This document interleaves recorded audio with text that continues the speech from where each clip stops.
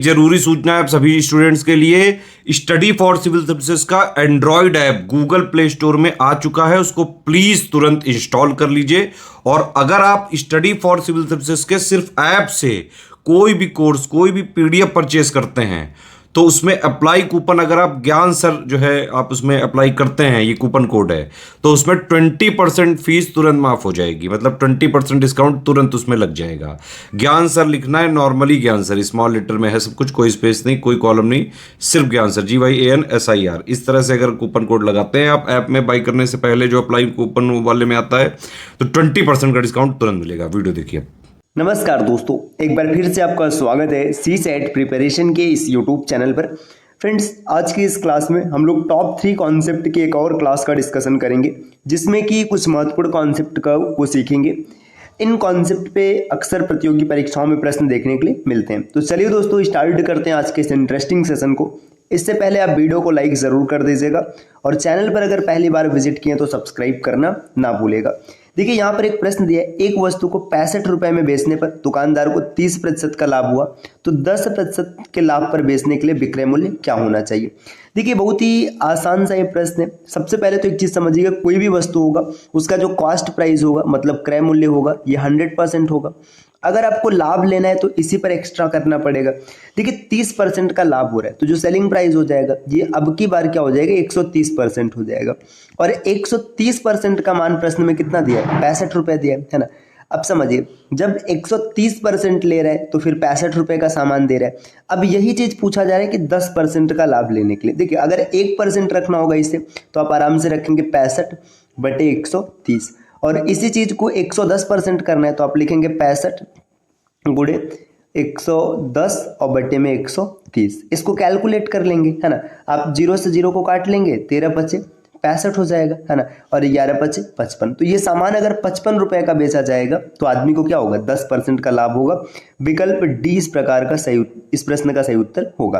तो देखिए, यहाँ पर सीखने वाली बात क्या है, इस प्रश्न में सीखने वाला बात ये कि अगर कभी भी कोई आपको प्रॉफिट लॉस का प्रश्न दिया जाए और उसमें चीज़ों को डायरेक्ट रखा जाए कि इतने % का लाभ हो रहा है, इतने % का हानि हो रहा है, तो आप उसको सीधा 100 के बेसिस पे रखेंगे। जैसे एग्जाम्पल के तौर पे समझिए, ऐसे बोला गया कि किसी सामान को 10 रुपए में बेचने पर 5% की हानि होती है। तो ये पता है क्या, जो 5% की हानि हो गई ना, मतलब 100 तो क्रय मूल्य था, अब 5% माइनस करके 95% की वैल्यू आप 10 रखेंगे। जैसे मान लीजिए ऐसे बोला गया कि किसी वस्तु को बेचने पर 12% का लाभ हो रहा है, तो सीधा देखो 100% तो उसका CP होता है ना। अब 12% का लाभ हो गया तो 112% की वैल्यू जो होगी वो वहां पर दिया रहेगा। तो इस कॉन्सेप्ट का अगर प्रयोग करेंगे तो कई प्रश्न बहुत ही आसानी से आप बना लेंगे। तो उम्मीद है कि ये कॉन्सेप्ट आपको बेहतर तरीके से समझ में आया होगा। अगले प्रश्न पर आते हैं। अगला प्रश्न दिया है, किसी घड़ी में 3:12 से 6 बजे तक समय बदलने में घंटे की सुई कितने अंश घूम जाएगी। तो ये तो सीधा सीधा रटने वाला कॉन्सेप्ट है। अगर आप इसको रट पाते हैं तो आप बेहतर तरीके से चीज़ों को क्लियर कर पाएंगे।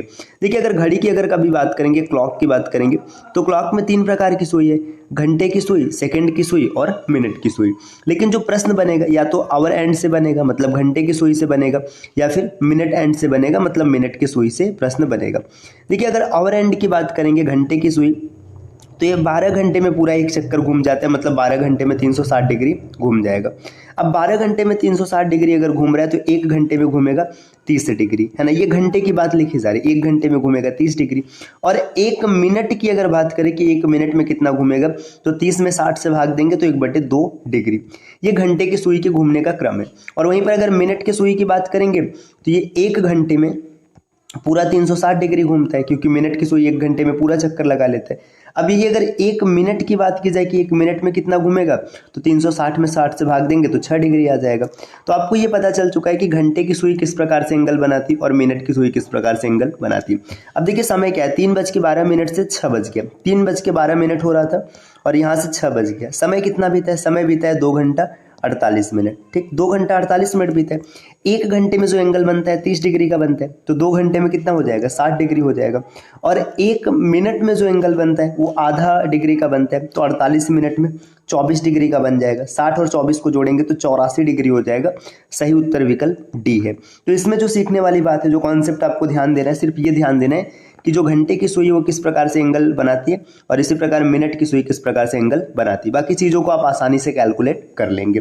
चलिए दोस्तों, अब आते हैं अगले और नेक्स्ट कॉन्सेप्ट पे। आज की क्लास का सबसे तगड़ा कॉन्सेप्ट है, क्योंकि इस कॉन्सेप्ट पे पेपर में हर साल 1 से 2 प्रश्न देखने के लिए मिलते हैं। इसमें आपको मध्यिका बताना है, मध्यिका का मतलब मीडियन आपको बताना है। देखिए, जब भी मीडियन आपको निकालना होगा तो इसका बड़ा बेसिक सा फार्मूला है, अगर आप फार्मूले को याद रखते हैं तो हर चीज़ आप आसानी से कर पाएंगे। देखिए, मीडियन का फार्मूला होता है median m is equal to, आराम से आप लिखेंगे n plus l plus n upon 2 minus C F upon F और इंटू में h।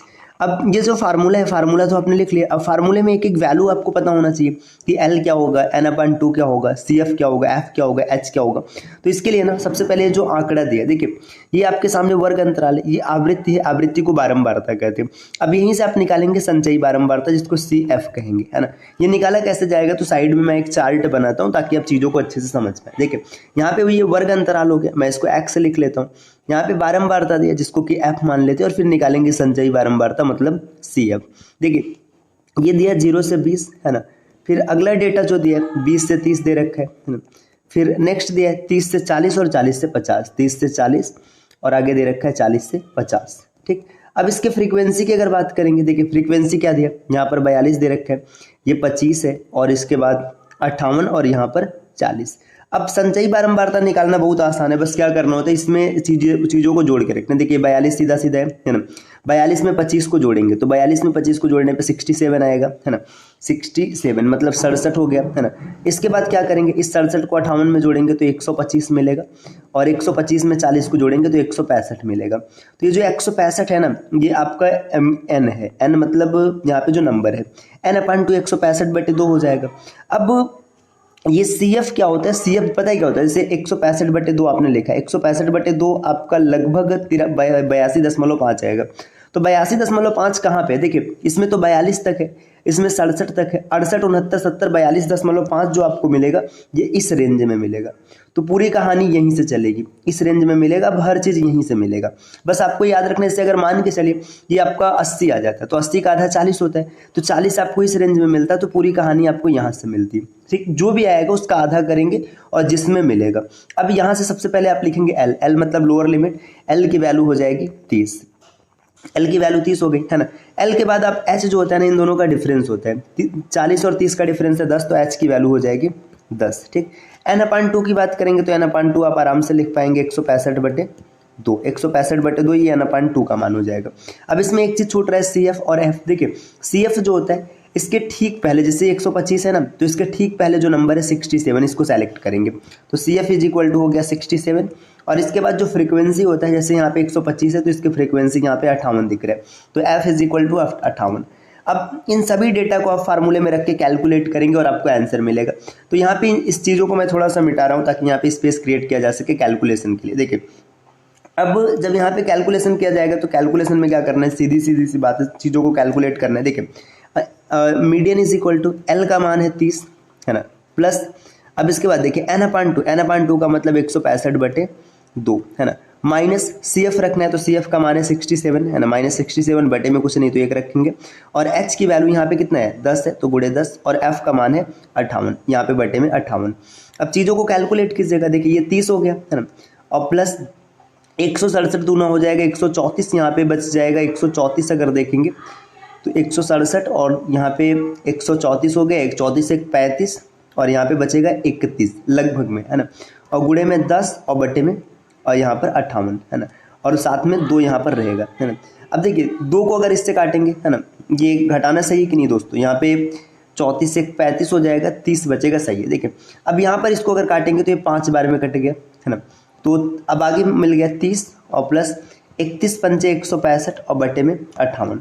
अब देखिए यहाँ पे 58 दूना लगभग 160, 2 से थोड़ा सा ज़्यादा होगा, है ना, तो 30 ये रहा और 2 से थोड़ा सा ज़्यादा, 30 और 2 32। देखिए 32 के आसपास यही विकल्प दिख रहा है, 2 से थोड़ा सा ज़्यादा भी, तो 32.67 इसका बिल्कुल सही उत्तर हो जाएगा।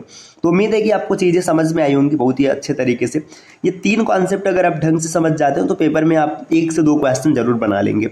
साथियों ये क्लास कैसी लगी कमेंट करके ज़रूर बताइएगा, और इस प्रकार के क्लास को निरंतर देखने के लिए आप चैनल को सब्सक्राइब कर सकते हैं।